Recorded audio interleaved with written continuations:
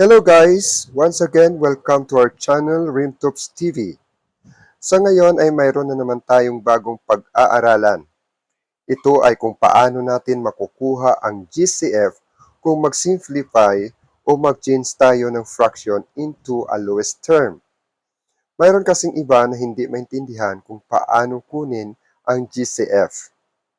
Pero bago yan, kung bago ka pa lamang sa channel na to, kung maaari po ay pakipindot na lang po ng ating subscribe button at kung nagustuhan nyo ang video ito, pakipindot na lang po ang like at ishare na rin at huwag kalimutang pindutin ang notification bell button para updated tayo sa mga bagong upload na videos.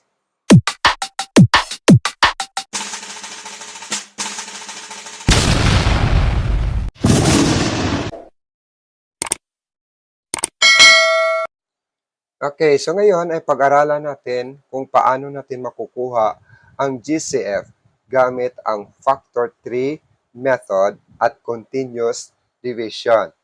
So, kukunin natin lahat ang mga factors ng bawat numbers. No? So, 20 and 40. So, ano ang factors ng 20? So, ang factors ng 20 ay 10 times 2. So, ang 10 ay mayroon pang factors. Ito ay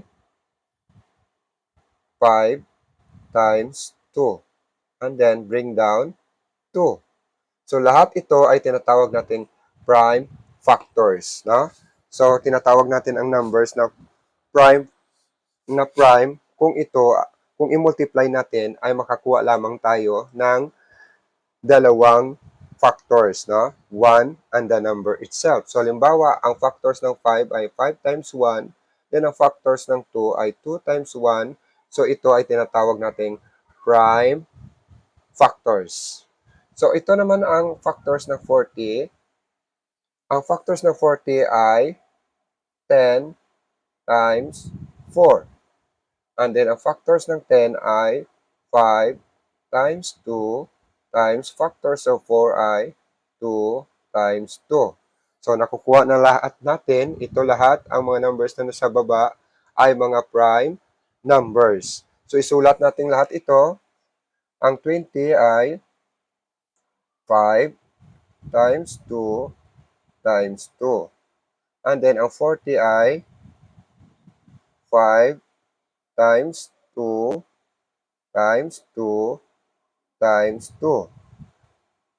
Okay, so kukunin lahat natin ang may mga common factors. So, ito ay 5, 2, and then another 2. So, sulat natin dito, 5 times 2 times 2. Ito ay walang common factors. So, wala na yan.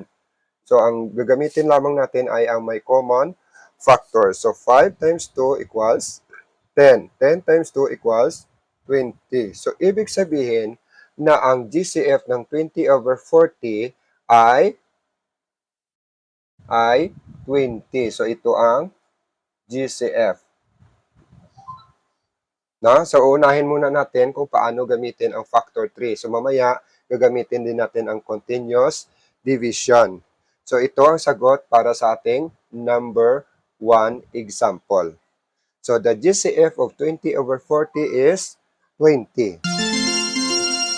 So, ngayon naman, sasagutan natin yung number 2. So, sa number 2, ang factors ng 9 at 27. So, factors of 9 is 3 times 3. Ang factors ng 27 is 9 times 3. And then, factors of 9 is 3 times 3 times 3. Okay, so isulat natin lahat to. 9 and 27 equals 3 times 3. And then 27 is 3 times 3 times 3. So, dalawa ang may common factors. So, 3 times 3 equals 9. So, the GCF is 9. The GCF of 9 and 27 is 9. So, ganun lang kadali ang pagkuha ng GCF gamit ang factor 3 method. Next is number 3. So, paano kukunin natin yung factor or yung GCF ng 45 at 50. So, 45 and 50. So, what are the factors of 45? So, 9 times 5. And then, 9, 3 times 3 times 5. And then, ang factors of 50 is 10 times 5. And then, 5 times 2 times or times 5. Sulat natin lahat dito, ang lahat na mga factors. So, 45 is equals to 3 times 3 times 5. And then, 50. 5 times 2 times 5. So, kunin natin ang may common factors. So, ito ang 5 at 3 ay hindi common, no? So, ito ang may common factors. So, 5. So, only 5 ang natitira. So, wala tayong i-multiply dyan. So, the GCF is equals to 5. So, the GCF of 45 and 50 is 5. So, next example, number 4. So, 14 over 30. So, ano ang factors ng 14 at saka 30? So, the factors of 14 is 7 times 2. Factors of 30 is, maring ilagay natin na 6 times 5. And then, 3 times 2 times 5. So, sulat natin dito, 14 is equals to 7 times 2. And then, 30 is equals to 3 times 2 times 5. So, ang may common factors lang ay 2.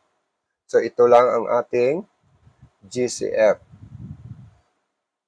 Okay, the GCF of 14 rather, of 14 over 30 is 2. Ito lang makapag-divide sa 14 at saka 30 na walang remainder. So, yon ang tinatawag nating GCF. Wow!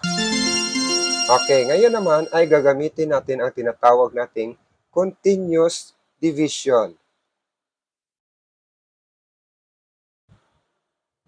So, gamit ang continuous division. So, 20 and 40. So, anong number na prime number na maaari makapag-divide sa 20 over 40 or sa 20 and 40?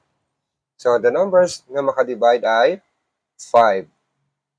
So, 20 divided by 5 is equals to 4. 40 divided by 5 is equals to 8. So, ano pang number na maaari maka-divide sa 4 at 8? So, ito ay 2. 4 divided by 2 equals 2. 8 divided by 2 equals 4. Okay, so ano maka-divide sa 2 at saka 4? So, ulit ay 2. 2 divided by 2 equals 1. 4 divided by 2 equals 2. So, ang lahat ng numbers na nandito sa gilid, ito yung i-multiply nating lahat. 5 times 2 times 2 equals 5 times 2 equals 10. 10 times 2 equals 20. So, pareho din ang sagot natin gamit ang factor 3 at ang gamit natin ang continuous division. So, the GCF is 20. Next, number 2. Gamit pa rin ang continuous division. So, 9 over 27. What are the factors of 9 and the factors of 27? Gamit natin ang continuous division. 9 and 27. So, ano ang prime numbers na maaari makapag-divide sa dalawang numbers na ito? So, makapag-divide ay 3. 9 divided by 3 equals 3. 27 divided by 3 is 9. Okay. Next, 3.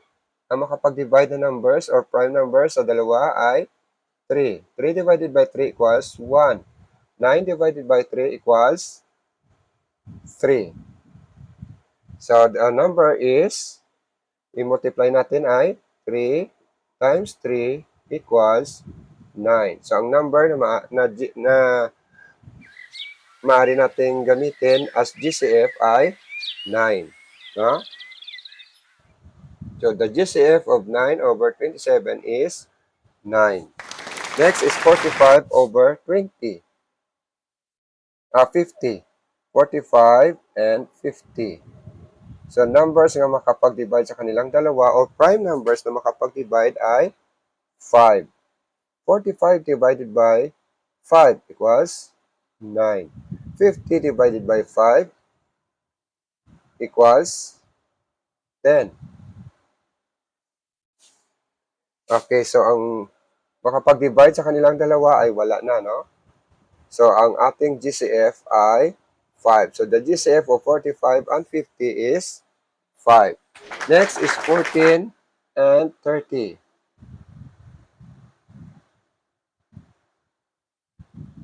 So, numbers that can divide 14 and 30 is 2. 14 divided by 2 equals 7. 30 divided by 2 equals 15. So, ano pang numbers na maaari makapag-divide sa dalawa? So, wala na. Dahil ang 7, kung ilagay natin 7, hindi naman makapag-divide sa 15. So, the GCF is equals to 2. Ito yung GCF natin. Okay guys, yan na muna ang pag-aralan natin sa ngayon. Sana po ay nagustuhan nyo ang video ito. At sana'y huwag nyong kalimutang mag-subscribe. Maraming salamat at God bless sa lahat.